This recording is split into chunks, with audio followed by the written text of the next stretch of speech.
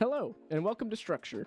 Today, we're going to take you through the process of setting up your new sensor and taking your first scan. Today, we'll be covering the hardware you need, the software you need, updating your sensor, calibration, your first scan, post-processing and exporting, troubleshooting, and additional resources. Let's start with the hardware you need. Every sensor bundle should include a sensor box, a bracket, and a black cable for connecting the sensor to the iPad, which should be removed from any cases or screen protectors at this time.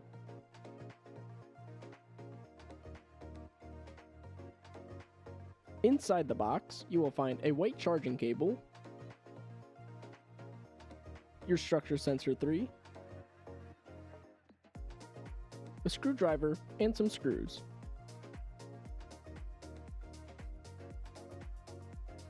To begin attaching your bracket, place your sensor face down on a soft surface. Next, align your bracket with the sensor so that the text is not upside down or backwards.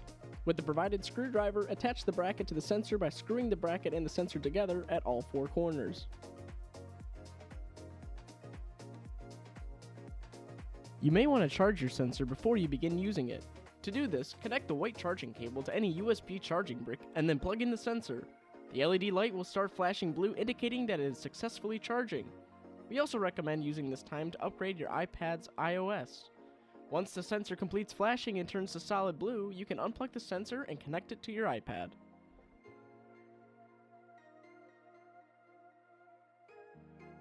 Now let's talk the software you need. First, head over to the App Store and download our 3 core apps: the Structure app, Structure Sensor Calibrator, and Structure Capture.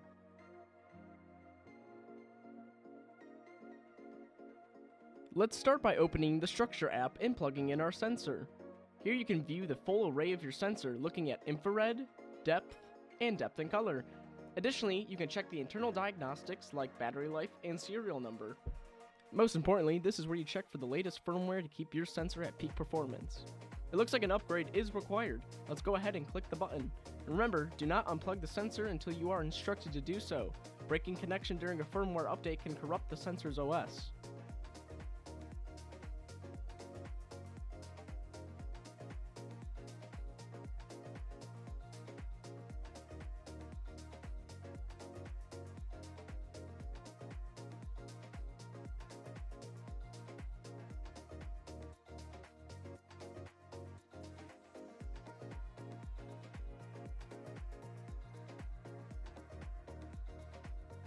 Now let's head outside and talk about calibration. Calibration takes place in 2 stages: camera alignment and depth alignment. For the best results, head outside on a clear day and find a busy scene with plenty of details like leaves, clutter, or brickwork. Next, move your iPad slowly until the progress bar completes and you are taken to the next stage.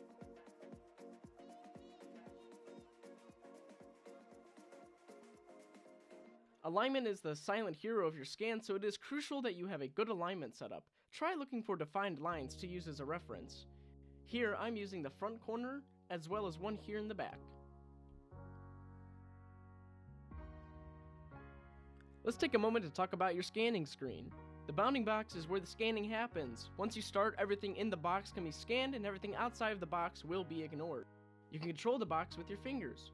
One finger moves the box forward and back. 2 fingers will make the box bigger or smaller. The yellow and orange feedback projected on your screen indicates what depth your sensor is picking up. Yellow means in range, orange means best range, and red means too close. A good scan should have the object you want to scan in the center of your screen and have a feedback gradient color of yellow to orange. On the left side of your screen, you will see the distance indicator, which tells you the best distance to stand when scanning. While the color depth feedback tells you about how focused your camera is, the distance indicator tells you the best place to start focusing your camera. In the top right hand corner, we have a gear that tells us about settings. Let's open it up and check the most important ones. Presets are quick fine-tune adjustments you can make before starting your scan. Simplified is the fastest and has the best tracking. Body and body details have higher resolution but worse tracking. Ultra close is for tighter environments, and dark object is for scanning items that may absorb more of the IR light emitted from the sensor. Mapper size indicates the size of detail captured in your mesh. A smaller mapper could capture more detail, but it may also capture more noise.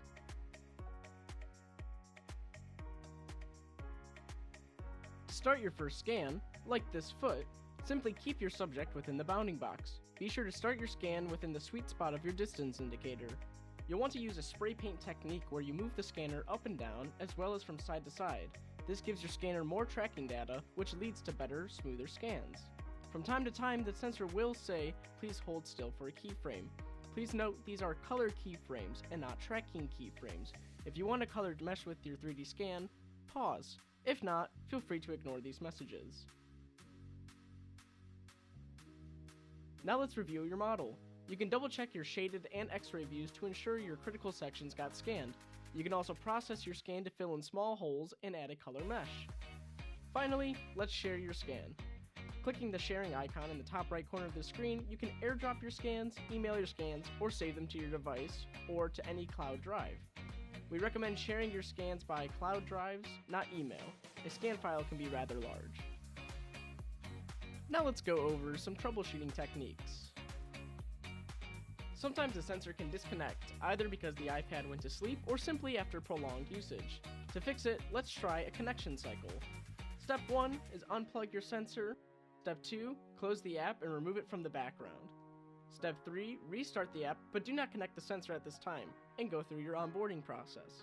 Step 4, when prompted by the connection message, connect your sensor. This will reset the connection as well as purge any old connections. When returning from the preview screen, the scanning session should fully reset. Occasionally, something can get stuck in the scanning session, which will create a ghost image, a relic from your last scan. To clear this, simply repeat onboarding and scan again.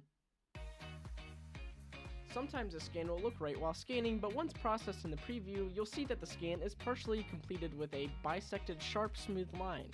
This is because the bounding box did not completely cover the object you were scanning. The scanner is programmed to ignore everything outside of the bounding box, so to make sure this doesn't happen to you, always plan your scenes. Make sure to use your finger controls to adjust the bounding box.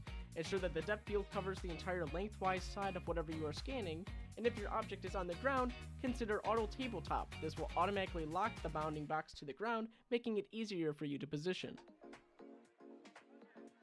Sometimes you can lose tracking when scanning. This can cause the bounding box to jump around, fall on its side, or skittle away.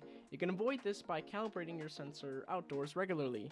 We recommend once a month or whenever you put the sensor on an iPad for the first time. Since your sensor projects its own light, be sure to close any blinds and refrain from scanning by large windows. This will limit the amount of external IR light in the scene. Avoid scanning mirrors or glass, and when scanning black objects, use the dark preset. For additional resources, please visit support.structure.io. Congrats! You're officially part of the Structure platform. You now have endless possibilities ahead of you, and what you choose to do with it is up to you. Good luck and happy scanning!